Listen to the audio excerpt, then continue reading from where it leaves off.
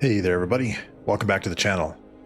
So today we're covering the final part of the Brothers War set review for Limited and Constructed, part 8. It is covering all the lands, and so we're in the home stretch for the full set review, and we'll go ahead and just jump into it right now. And our first land is a common. It's Evolving Wilds. It's a land. This is a reprint, been printed in many Magic sets. This one has some brand new artwork though, which is pretty cool. And it says tap, sacrifice Evolving Wilds, search your library for a basic land card, put it onto the battlefield tapped, then shuffle. As with previous sets, this is a pretty solid card. Definitely like it for Limited. Give it a high rating. If you're able to get it, it helps smooth your mana out as far as getting the right colors you need, and also thinning your deck as far as pulling out the basic lands and getting them onto the battlefield. And even if you have one, you know, that might be the difference in winning a game, where you're able to get to that card you need just a little bit sooner. And I think for Constructed, I'll just give it a mid rating. You do see this used in Constructed decks from time to time, and it does have other purposes aside from fetching basic lands for you. Sometimes you can get some benefits for the sacrifice triggers, or just having lands in your graveyard, or being able to bringing lands back into play. So definitely a good card all across the board historically, and still continues to be a pretty solid card to this day. So definitely like it, and like where it's at for Limited and Constructed. Our next land card is another common. It's Tecacious Dig Site. It's a land. You can tap to add colorless, or you can pay 3 and tap to surveil 1. Surveil rules text is look at the top card of your library. You may put that card into your graveyard. This card's actually pretty solid. I think this could help you with in Limited. It could definitely help you with getting cards into your graveyard, while also filtering through your draw for what your upcoming draw will be. And especially in the decks where having creatures in the graveyard matters, or like I said, just getting to that card that you need a little sooner than you normally would through your normal draw procedures. So I'm going to give it a mid rating for Limited. I think it's pretty solid. It's not quite scry, but in certain cases this is better than scry. So, and the activation cost isn't too steep. It's just 3 and then tap it. So I think that's pretty decent. I think for Constructed, overall, I think I'd give it a low rating. However, if you're playing a deck where you want stuff in your graveyard, I think it would probably be worthy of a mid rating. So it's definitely a useful utility land. Maybe not for all decks, but for several of them, it'll find some good use. So I like it at mid for Limited and low for Constructed for Tecacious Dig Site. Now we're moving on to the uncommons.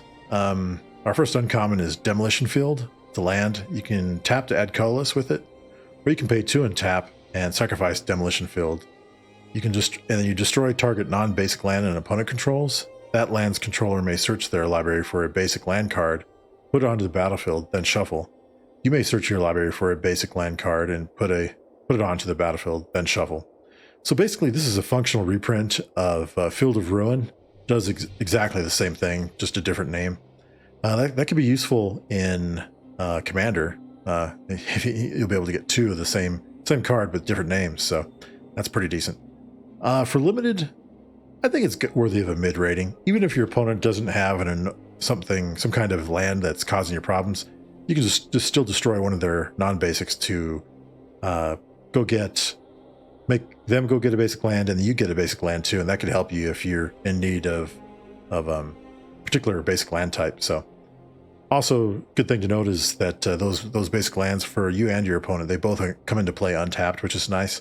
A little bit of an extra benefit there from the card. So I give it a mid rating for Limited. Same thing for Constructed. Of course, Constructed features a wider range of lands that your players are going to play for you and your opponent. So you might come across some annoying man lands or lands that are causing you trouble. this is a good answer for it to get rid of what they have. So definitely a good utility card for Demolition Field. We'll go mid for limited and constructed in both formats. Okay, we're moving on to the rares now. So our first rare land is Argoth, Sanctum of Nature. This is actually a meld card, and before we get into it though, I'm going to do a quick review of Titania, Voice of Gaia. It's the first half of the meld for this card. Titania, Voice of Gaia is for 1 and 2 green, legendary creature elemental, 3/4 power and toughness. It has reach. Whenever one or more lands are put into your graveyard from anywhere, you gain 2 life. And at the beginning of your upkeep, if there are 4 or more land cards in your graveyard, and you both own and control Titania, Voice of Gaia, and a land named Argoth, Sanctum of Nature, exile them, then meld them into Titania, Gaia Incarnate. And so the land side is Argoth, Sanctum of Nature. It's a land. Argoth, Sanctum of Nature enters the battlefield tapped unless you control a legendary green creature. And you can tap to add green, or you can pay 2 and 2 green and tap it to create a 2/2 green bear creature token, then mill 3 cards, activate only as a sorcery. And then it has, in parentheses, melds with Titania, Voice of Gaia. So the land part, Argoth, Sanctum of Nature, by itself, it's not bad. If you have a legendary creature, it'll come into play untapped, and you can pay 2 and 2 green and tap to create a bear token and mill 3 cards. That actually could work pretty well with other cards that are dependent on having cards being put in your graveyard, and you get a bear token out of it. So that's pretty good for a token deck as well. And there are several legendary green creatures that you can use that are not Titania, Voice of Gaia. I think for limited, I would probably give this probably give it a high rating for limited, and for constructed by itself, I'd give it a mid-range rating. It does have its uses. It's a little pricey at the 4 mana, and the fact that you have to activate only as a sorcery, that's kind of a drawback. But it's probably something you'd be able to pull off a little easier in limited. So I think it's a fairly decent card in that sense. But then once these cards meld together, and you have both Titania, Voice of Gaia, and then Argoth, Sanctum of Nature, fulfilling both the requirement to have them own and control both of them at the beginning of your upkeep. They both meld into a really awesome card, Titania, Gaia Incarnate, legendary creature, elemental avatar. Its power and toughness is star, and it says vigilance, reach, trample, haste. Titania, Gaia is Incarnate. Its power and toughness are each equal to the number of lands you control, and then when Titania enters the battlefield, return all land cards from your graveyard to the battlefield tapped. You can pay 3 and a green to put 4+1/+1 counters on target land you control. Becomes a 0/0 elemental creature with haste. It's still a land. And of course, its power and toughness is equal to the number of lands you control. You're going to get a bunch of lands back from your graveyard if you have it in the right deck. And it just seems like it works perfectly with the front sides, which help you get lands in your graveyard and fuels the way to meld this with the Titania legendary creature card. I kind of think this might be the best meld card in the set, but it's pretty awesome. The fact that it's a huge creature that has vigilance, reach, trample, and haste, so you're able to attack with it right away, really means your opponents have to have answers for it. And if you have build arounds for this, you're going to be able to protect this and be able to attack your opponents early and often with this card. So I think it's pretty solid. So if you're able to pull it off in limited, I would give it an epic rating. It's pretty much a game ender that your opponents are facing if they don't have an answer for it. And I think I'd say the same thing for constructed, just due to the fact that it's just a monstrous creature that is going to just trample over your opponents and wipe them out pretty darn quickly, if not in a single turn. So I like epic for both Titania, Gaia Incarnate, the melded backside of the card for our front side cards, the Titanium Voice of Gaia and Argoth, Sanctum of Nature. Our next card is actually the first of 4 Pain lands for in the Brothers War. It finishes the cycle of Pain lands that were first introduced in Dominaria United, and of course, the whole series of Pain lands are reprints from earlier Magic sets, from the core set, and originally debuted in Ice Age, and then finished the cycle in Apocalypse, which goes way back to the original retro card frame. So glad to see them back in Standard, and I'm glad they finished the cycle. We'll go through the 4 here real quick, and then I'll give a rating for them. And those 4 cards that finish the cycle are Battlefield Forge. You can tap to add colorless or tap to add red or white, and then Battlefield Forge deals 1 damage to you. Brushland, same thing. Tap to add colorless, tap to add green, or tap to add white, and Brushland deals 1 damage to you. And then we have Llanowar Wastes. You can tap it to add colorless, or tap to add black or green, and Llanowar Waste deals 1 damage to you. And the final card in the series is Underground River. It's a land. Tap to add colorless, or you can tap to add blue or black. Underground River deals 1 damage to you. And it's really nice. These cards come into play untapped, and they've always been good, and they are pretty decent in the standard format now. So gonna give it a high rating for both limited and constructed. I like the fact that they let you add colorless, so that's really helpful in Brothers War, since you're gonna be casting a lot of colorless artifact creatures, so you don't have to take the damage from the colored mana. But if you need it, it's there. You just take a point of damage when you do. So they were solid in the early days of Magic, and they're solid again now. So I like the Pain lands for the Brothers War set. Our next rare is Blast Zone. Land. Blast Zone enters the battlefield with a charge counter on it. You can tap to add colorless, or you can pay XX and tap it to put X charge counters on Blast Zone. Or you can pay 3 and tap it to sacrifice Blast Zone and destroy each non-land permanent with mana value equal to the number of charge counters on Blast Zone. So this is a reprint that originally showed up in War of the Spark, but it was pretty good then, and it saw a lot of play, and I think it's pretty good now. Definitely has a lot of good uses, so I'm going to give it a high rating for limited. You'll be able to get some good use out of this card in limited, and the same thing for constructed. Just has some really good answers for some annoying cards and at any mana value location. So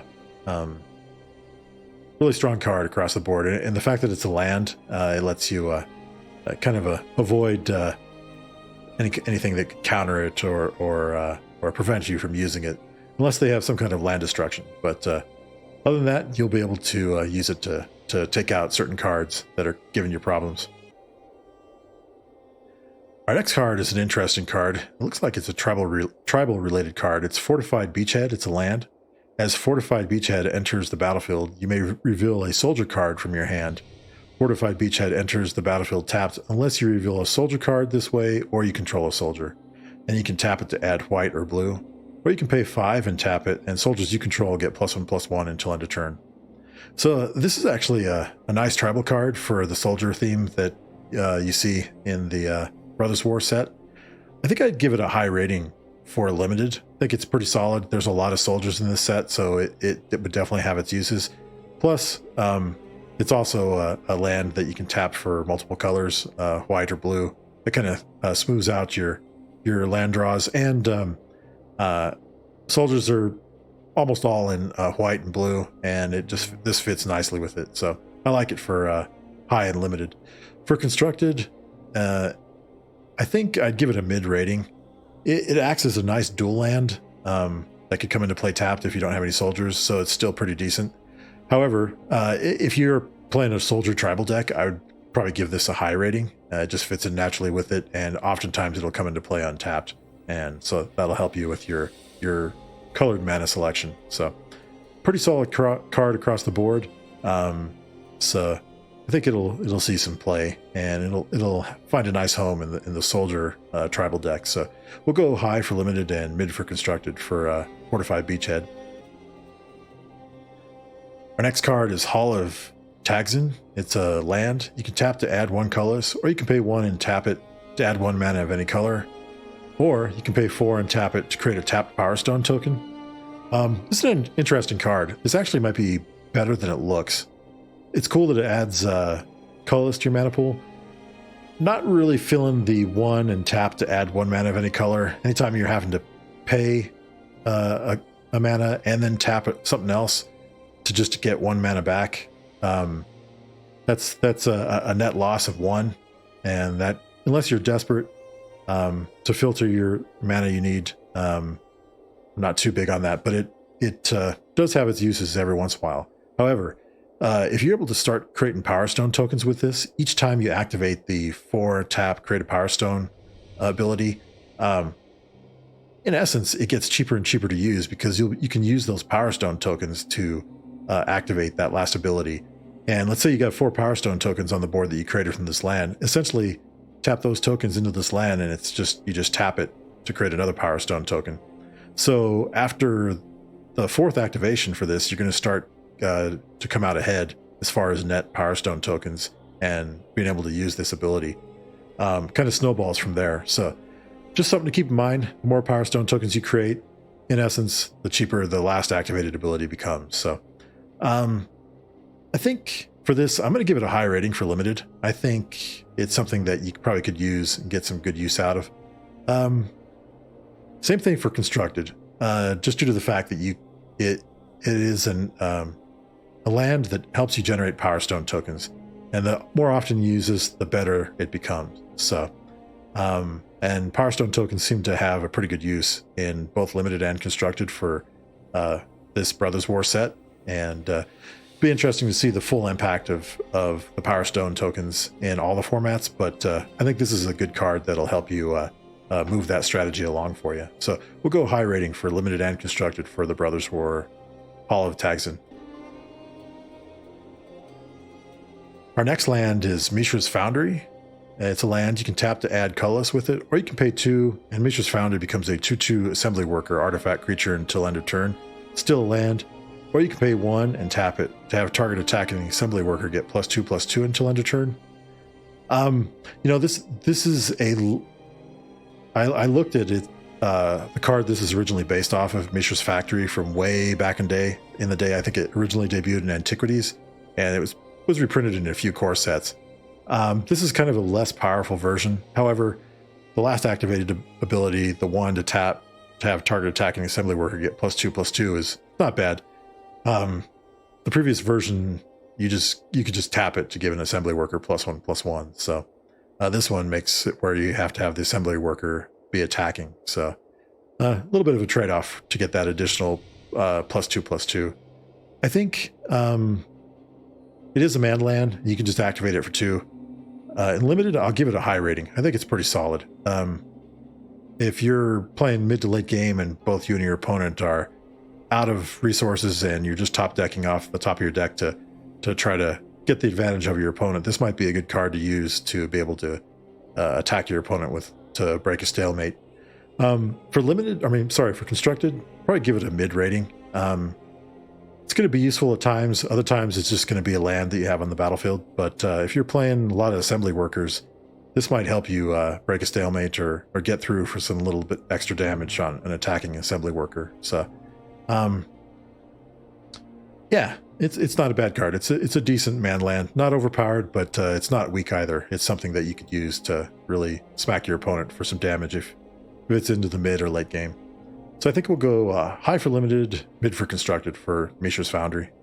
So we've reached the end of the lands for the Brothers War. Not as many as there were like in Dominaria United, so pretty decent though. But that also means we've reached the very end of the full set review for the Brothers War for limited and constructed. I hope you enjoyed the series. Hope you found it helpful. Be interesting to see how all these cards play out in both limited and constructed, moving on into the Brothers War season. But it'll be fun to see what I've got right, which ones I got horribly wrong, and maybe which ones that overperformed from the initial evaluation. So it's going to be a fun season. I can't wait to dive into it for both limited and constructed for the Brothers War. But I think that'll do it for this video. Next up, I'm going to be starting to do some gameplay videos again for featuring Brothers War. Probably start out with a little bit of limited, sealed deck, and draft, and then we're going to dive right into standard for the Brothers War and get a chance to check out how it's impacted the current standard format. Should be pretty fun. Can't wait to dive into it. But until then, we will see you next time, everybody.